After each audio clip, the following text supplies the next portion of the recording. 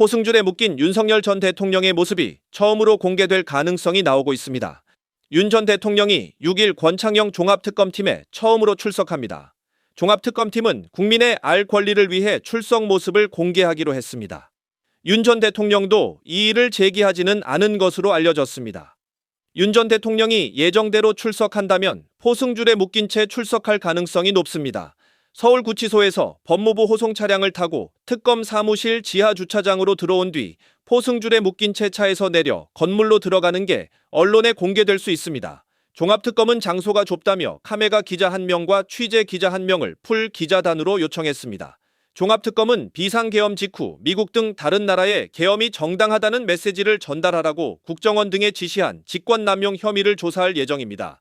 또한 13일에는 군형법상 반란 우두머리 혐의로 소환 조사합니다. 반란 우두머리죄는 법정형이 사형뿐입니다. 윤석열 정권의 외환 유치 혐의와 12.3 내란의 가장 중심적인 역할을 했던 방첩사의 국회의원 사찰에 관한 기자회견을 하고자 합니다. 우선 평양상공 무인기 사태 관련입니다. 저희 더불어민주당은 12월 3일 불법 계엄 선포 훨씬 이전부터 윤석열 정권이 계엄령 선포를 위해서 북한의 공격을 유도하려 한다는 의혹을 제기했고 전 국토와 국민을 전쟁의 참화로 몰아갈 수 있는 윤 정권의 위험천만하고 무책임한 책동에 엄중 경고한 바 있습니다. 그럴 때마다 훗날 내란을 주도하게 되는 김용현 당시 국방장관 등 윤석열 정권 수뇌부들은 우리가 보낸 것이 아니다, 확인해 줄 수 없다 등 말을 바꾸면서 회피와 부인으로 일관했습니다. 그런데 최근 언론 보도를 통해 그러한 평양 무인기 보낸 사실이 실제 존재했다는 군 내부 관계자의 진술이 공개되었습니다. 작년 10월 평양에 삐라를 살포했다가 떨어진 무인기는 당시 안보실과 국가정보원이 결탁해서 병령도 인근에서 바지선을 띄워서 그 바지선 위에 무인기를 설치하고 발사시킨 것이 맞다는 것입니다. 비행 경로 역시 북한이 공개한 것과 매우 유사하다는 점도 확인되었습니다. 또 제가 추가로 확인한 사항은 이렇습니다. 백령도에 보낸 그 무인기와 별도로 드론 작전 사령부에서 북한으로 무인기를 날려서 하나는 연천에 떨어졌고 또 하나는 평양에 2대가 떨어졌다는 것입니다. 당시 드론 작전 사령관은 무인기 담당 영관급 중대장에게 직접 전화해서 작전을 지시했다는 것입니다. 즉 모종의 곳으로부터 지시를 받은 드론 작전 사령부의 사령관이 직접 무인기를 관리 담당하는 소령급 중대장에게 직접 전화해서 작전을 지시했다는 것입니다. 이와 관련해서 방첩사를 중심으로 조직적인 은폐 시도도 있었습니다. 무인기 관련 보고서를 왜곡하여 언론과 국회 그리고 군 수뇌부에 제공했습니다. 이 모 대령, 송 모 중령, 우 모 중령 등이 깊숙이 개입되어 있습니다. 당시 당연히 진행되었어야 할 민군 합동조사도 방첩사령관의 지시에 따라 이루어지지 않았습니다. 은폐한 것이죠. 12월 3일 내란이 5일이 지난 12월 8일 갑작스럽게 드론 작전사령부 창고의 화재도 조직적인 은폐 시도로 볼 수밖에 없습니다. 아울러 12월 1, 2 양일 사이에 문상호 정보사령관도 우리가 보낸 것이야, 이번 무인기 우리가 보낸 것이야 라고 자신의 후배에게 발언한 점도 포착되었습니다. 한편 당시 윤석열과 김용현이 북한의 무인기 발표를 보고 박수를 치며 좋아했다, 너무 좋아해서 사령관이 또 하려고 했다는 증언까지 나왔습니다. 즉 10월 12, 13일경 북한에서 한국이 보낸 무인기에 대한 발표가 있자 그 보도를 보고 윤석열과 김영현이 너무 좋아했고 그 뒤에 다시 아까 말씀드린 드론 사령부를 위시하여 몇 개의 곳에서 추가로 드론을 보냈다는 것입니다. 이것은 자칫 잘못하면 수백만의 국민이 죽거나 다치고 지난 70년 동안 쌓아올린 대한민국의 민주주의와 경제 기적이 한순간에 물거품이 될 수 있는 전쟁 유발 책동이라 아니할 수 없습니다. 그러고도 그들은 박수를 치며 좋아했다는 것입니다. 대체 윤석열과 그 일당은 국가를 어떻게 생각하는 것입니까? 대한민국이 자신들 개인이 마음껏 파괴해도 된다는 것입니까? 군이 부여한 국군 통수권을 자신들의 기분에 따라 이렇게 저렇게 가지고 노는 불장난, 불쏘시개의 도구라는 것입니까? 이렇게 자격 미달이며 안보를 파탄으로 몰아간 윤석열 정권의 외환 유치 책동, 전쟁 유발 책동은 윤석열이 개인 사유물처럼 생각하던 국구 통수권을 장악한 지 반년도 안 되어 시작되었습니다. 2022년 12월 26일 윤석열은 북한 무인기가 우리 영공을 침범하자 몇 배의 드론을 북쪽으로 올려보내라 하는 지시가 있었습니다. 그 이후 비상계엄을 앞두고 드론을 전쟁 유발 책동으로 활용했던 것입니다. 즉 2022년 12월 6일 윤석열이 북한 무인기가 우리 영공을 침범했으니까 일종의 보복행위로 정당한 자위권으로 행사한 그것이 아니고 북한의 공격을 유발해서 전쟁을 일으키려고 하는 비상계엄의 수단으로 드론을 보냈다는 점에 문제의 심각성이 있는 것입니다. 두 번째는 방첩사 내의 육사 독주 그리고 특정 지역 배제, 국회의원 사찰에 대한 회견입니다. 다음은 아직도 무소불위의 군 권력기관으로 기능하면서 국회의원 사찰 등 불법 행위를 스스럼없이 자행하고 있는 방첩사에 대해 말씀드리겠습니다. 방첩사는 국군 전체의 보안 및 방첩 임무를 수행하는 합동기관으로 군 내부의 견제와 균형이 가능하도록 3군이 골고루 배치되어야 각각의 임무 수행 환경에 맞춰 효과적인 방첩 및 보안 활동이 가능해집니다. 또 해외 공군 출신이거나 비육사 출신, 즉 육사가 아닌 육군 출신도 자기의 부대라는 소속감과 신뢰를 가질 수 있게 해야 충성심이 생기는 것입니다. 그래서 문재인 정부 시절 기무사 해체와 방첩사를 창설한 것은 방첩사 인사 시스템에서 투명성, 합동성, 민간 통제 강화라는 방향에서 제도를 개편하였던 것입니다. 그러나 윤석열 들어서 모든 것이 다시 뒤집어졌습니다. 방첩사는 다시 육사 출신 육군 간부들의 독주판이 되었습니다. 방첩사 자체를 하나회와 같은 육사 라인이 사조직처럼 운영하고 있습니다.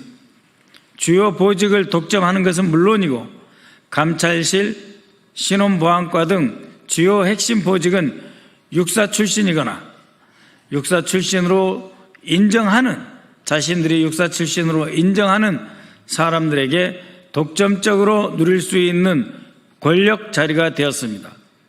육사 출신들은 각종 진급과 또 진급을 위한 핵심 보직 관리에 쉽게 편입되었고 이에 반해 특정 지역 출신이거나 육사 출신이 아닌 육군 또 해외 공군은 각종 인사평정이나 진급에서 방첩사에 근무한 것이 오히려 불이익이 되도록 배제당하였습니다. 이렇듯 육사 출신도 특정 지역 출신이라면 인정받지 못했습니다. 방첩사에 육사 출신이라 하더라도 특정 지역 출신은 오히려 배제되었고 차별받았습니다. 진급을 누락시키기 위해 사령부 내부 인원이었던 육사 출신 특정 지역 사람들에게 오히려 감시까지 했던 것입니다. 방첩사 내부 인원마저도 믿지 못해 방첩사의 내부 블랙리스트, 그러니까 방첩사 외부가 아니고 방첩사 안에 근무하는 직원, 관료, 그리고 군무원과 연관 장교들에 대해서까지 블랙리스트를 작성을 했고, 이것은 신원보안과 실무자들에 의해 관리되었고 상부에 보고되었습니다. 여기에 관여된 간부는 김모 대령, 박모 중령, 김모 중령입니다. 이 중에 김모 대령은 호남 출신 장군들 명단을 따로 작성하기도 했습니다. 최근 국방부는 자력표에서도 출신지를 추정하지 못하도록 출신 고등학교를 기록하지 않는 방침을 세우고 있습니다. 이러한 국방부 본부의 방침과도 전혀 다르게 인력 관리를 해오면서 방첩사 내부에서조차 블랙리스트로 별도 관리하는 행위가 팽배해 있습니다. 또 과거 정부에서 주요 보직에 임했던 간부들은 민주당과 인연이 있는 간부들이라 낙인 찍고 배제하였습니다.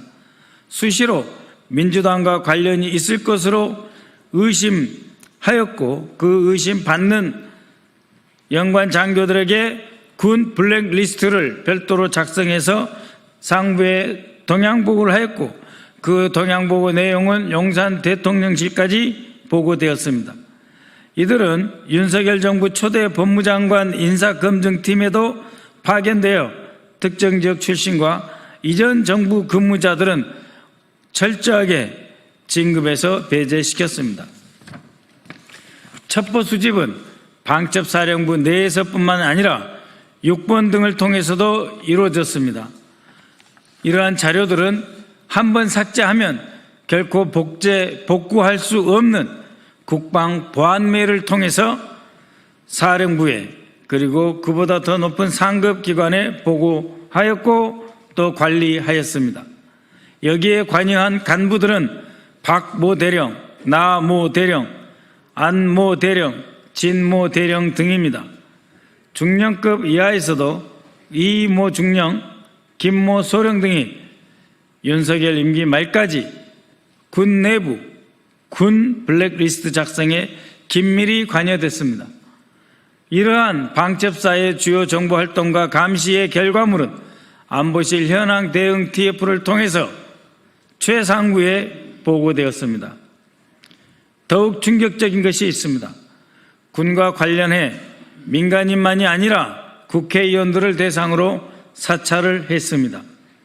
이들은 12.3 내란 당시에 국회의원을 체포한 뒤 조사하기 위해 예산을 편성하고 국회의원 등에 대한 사찰을 통해 첩보를 수집하고 이를 이용해 민주당 의원들을 탄압하려 했습니다. 특히 국회의 국방위, 정보위, 법사위 소속 의원들을 대상으로 하였으며 개인별 약점을 취합해서 기획총괄과 신원보안과가 협의해서 보고서를 작성하였습니다. 이 일에는 김모 준장, 유모 대령, 김모 중령, 이모 중령 등이 동원되었습니다. 이러한 방첩사 내부의 블랙리스트는 육사라인이 장악한 감찰실 신원보안과 실무자들과 기획관리실 인사관리과를 통해 작성되고 종합되어 보고되었습니다. 감찰실 신원보안과 역시 육사라인으로 구성되어 있는데 표면상으로는 부대 방문 인원에 대한 보안 조치를 담당한다고 하지만 실제로는 방첩사 개인 하나하나에 대한 정보를 불법적으로 수집하여 전환하는 것입니다. 과거 기무사 해편 후 안보지원사 창설 사이 해당 부서가 개인정보법 위반, 군인에 대한 불법 사찰 등의 소지가 있어 폐지하려 했으나 육사라인인 박모 대령, 이모 중령 등이 표면상 기능만 남겨둔다, 별거 없다 하는 논리로 존치시켰습니다.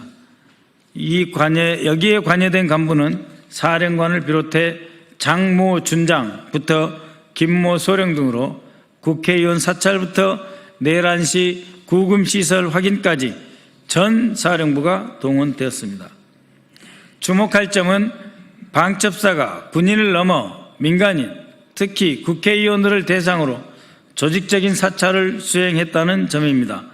이는 단순한 방첩 차원을 넘어서 민주주의의 근간인 의회의 권력을 군이 불법적으로 감시하고 통제하려 했던 시도로서 명백한 헌정질서 위반이며 불법입니다.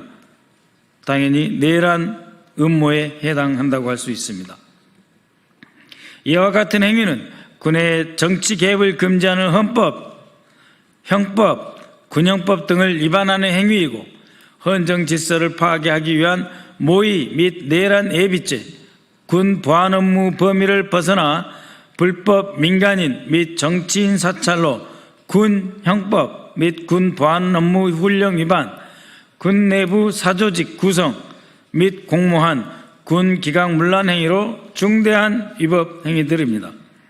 국민 여러분, 이처럼 방첩사의 기강 문란과 위법 행위가 가능하게 되었던 이유는 보안사령부 시절부터 내려오는 무소불위의 권력기관이라는 잘못된 엘리트 의식이 있기 때문입니다. 그것이 최악의 형태로 드러난 것 바로 12.3 비상계엄입니다. 방첩사는 12.12, 5.18에 이어 12.3 내란까지 대한민국 쿠데타 3관왕이라는 오명을 스스로 자초하였습니다. 바로 이 때문에 내란을 극복하고 새로운 대한민국으로 나아가기 위해서는 반드시 방첩사를 개혁해야 합니다. 그리고 그 이전에 방금 기자회견에서 밝힌 인원들에 대한 수사가 시작되어야 할 것입니다. 이상입니다.